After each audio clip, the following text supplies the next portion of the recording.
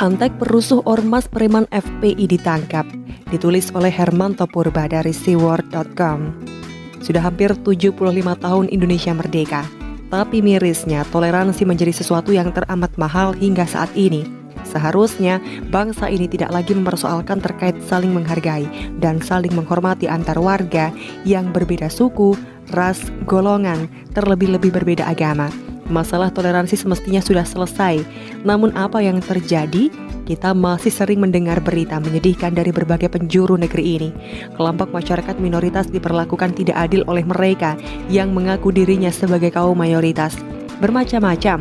Ada yang rumah ibadahnya ditutup paksa, dirusak, dibakar, hingga mengusik dan membubarkan acara peribadatannya. Sungguh, saya merindukan bangsa yang raya ini, bangsa yang bineka ini, bangsa yang katanya menjunjung tinggi nilai-nilai keberagaman ini. Sudah tidak lagi berbicara tentang mayoritas dan minoritas, sebab hal itu hanya akan menimbulkan kepungahan bagi yang mayoritas dan menjadi ketakutan bagi mereka yang minoritas.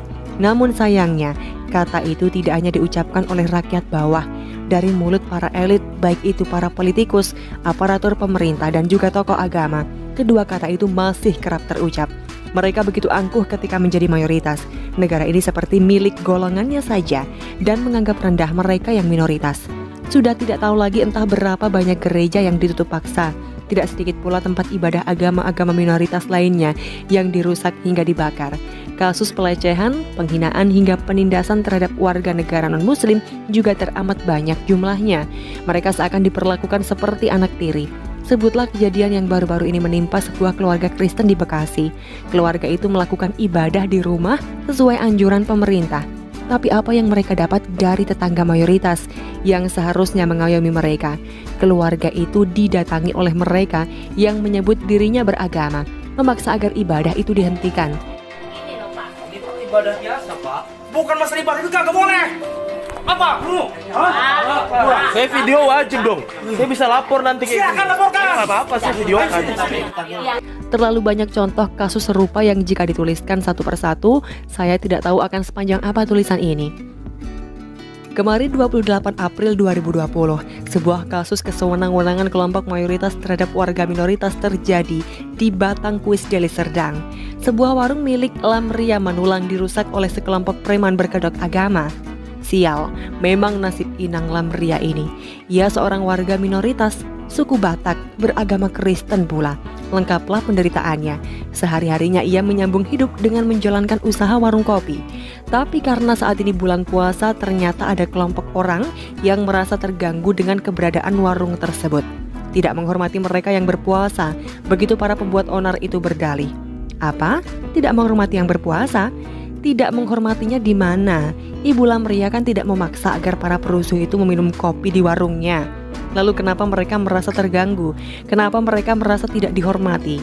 Jika saja semua warung makan dan warung kopi tutup ketika bulan Ramadan tiba, lalu di mana tantangannya? Bukankah berpuasa itu merupakan upaya untuk melawan hawa nafsu?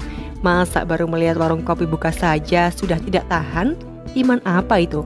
Menurut saya semakin banyak warung makan dan minum yang buka malah lebih baik. Tapi tidak bagi para laskar FPI itu.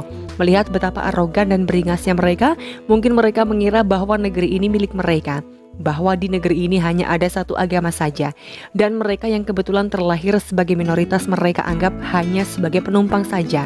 Pikiran busuk itu yang telah lama terpatri di hati dan pikiran mereka. Pikiran busuk mereka itu tercermin dari lisan dan laku mereka ketika merazia warung kopi milik Inang Lamria Manulang itu. Mereka seperti merasa lebih hebat dari Tuhan. Sesuka hati mereka memporak-porandakan usaha kecil itu. Mereka membentak-bentak, memaki, dan mengintimidasi, seolah merasa diri sebagai pihak yang paling benar dan harus dihormati.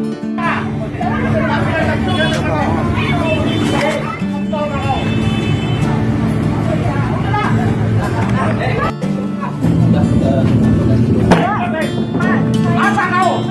Saya makan dari mana? Kau makan dari mana? Kau dari bilang. Makan dari sini, Pak. Saya warga sini loh. Warga mana pun kau?